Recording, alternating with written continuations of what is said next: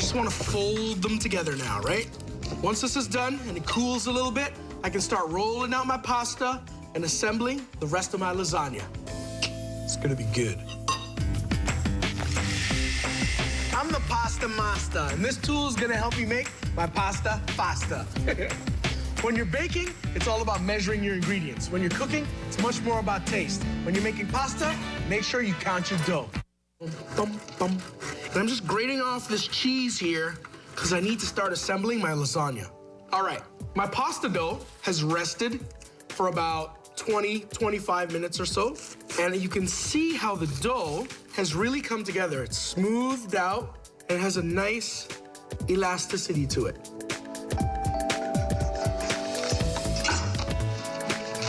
Every step of the way, we want to make sure we wrap this back because it will dry out fairly quickly.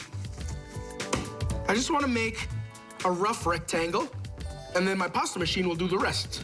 I'm gonna need flour. I'm gonna flour my machine so it gets going easily without tearing.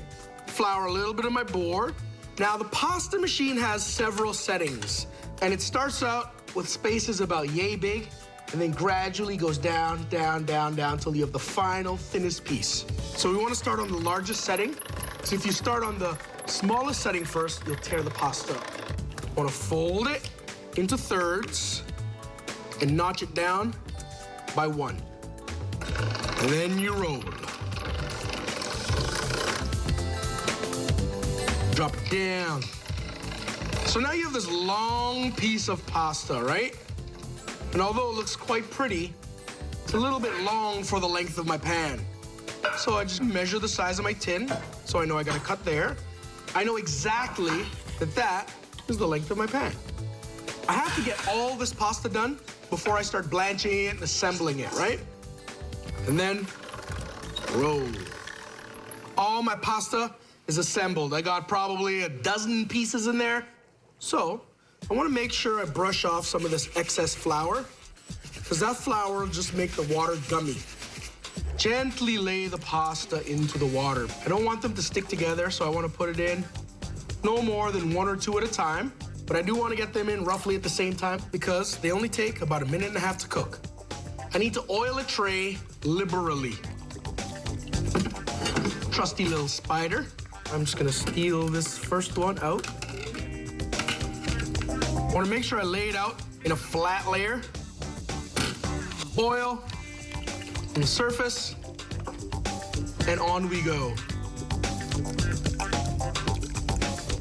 All right.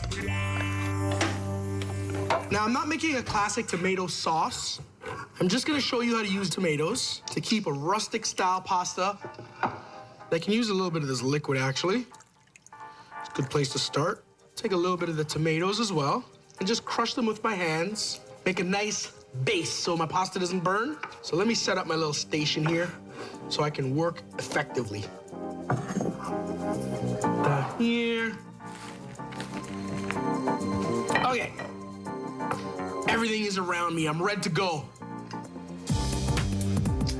Like that. Just overlapping it is okay. Like to go with a little bit of bechamel. Ooh, that is a nice, smooth bechamel, chef. My flavored butternut squash can go down next. My wife is not a huge fan of rapini, but when I disguise it and hide it in there like this, she loves it. She didn't even realize, you know?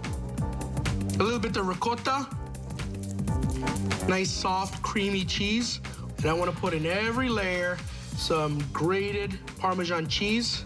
That's the stuff I grated fresh, which will beat the stuff in the shaker every time, guaranteed. Then I continue with my second layer. My tomatoes, pini, some ricotta, a little bit of bechamel, just drizzling over the top. It's pretty basic. Tomatoes.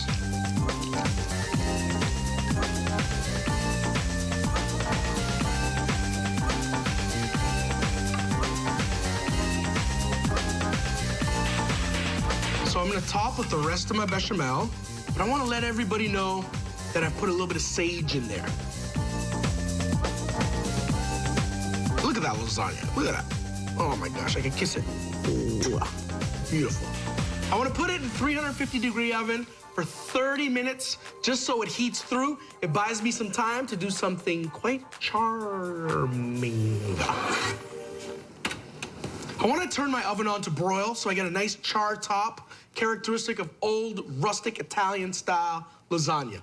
I've preheated my grill to a really high heat so I can start charring my rapini. I've previously blanched my rapini to take out a little bit of that bitterness and to shorten the cooking time when it hits the grill. I've boiled some cipollini onions. These are just baby onions. You'll see them in really high-end restaurants. I've just blanched them the same way I blanched the rapini for about 2 to 3 minutes in rolling boiling water, and then the skins peel off really easy. And at the bottom is a root like any onion. You just want to get rid of that. Cipollinis, those look good.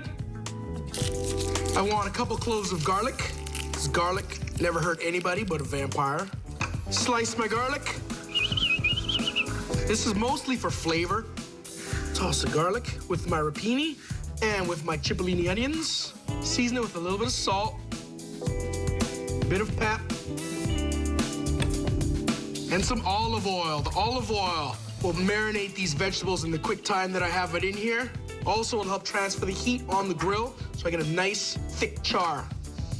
Make sure I hear that sound. That tells me I got a nice high heat, and I'm gonna get a nice blackened color. While that's going, I got a really quick dressing to show you for this grilled rapini. It all begins with a little bit of honey. I just want to warm through the honey so it's easy to pour. A couple little bits of chili flakes. This is looking pretty good. That's what I'm looking for. Charring up like that. Little splash of white wine, just to add a little bit of tang to it, you know? That is done. My rapini's all ready to go. Okay. Ooh, that's good. Smells incredible. We'll turn that off. All right. Let's put my rapini down. That. Oh, that looks amazing. Just lay it out. Cipollinis, just like this.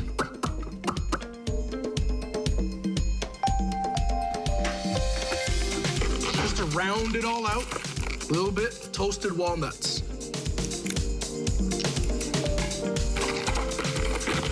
Just drizzle my dressing.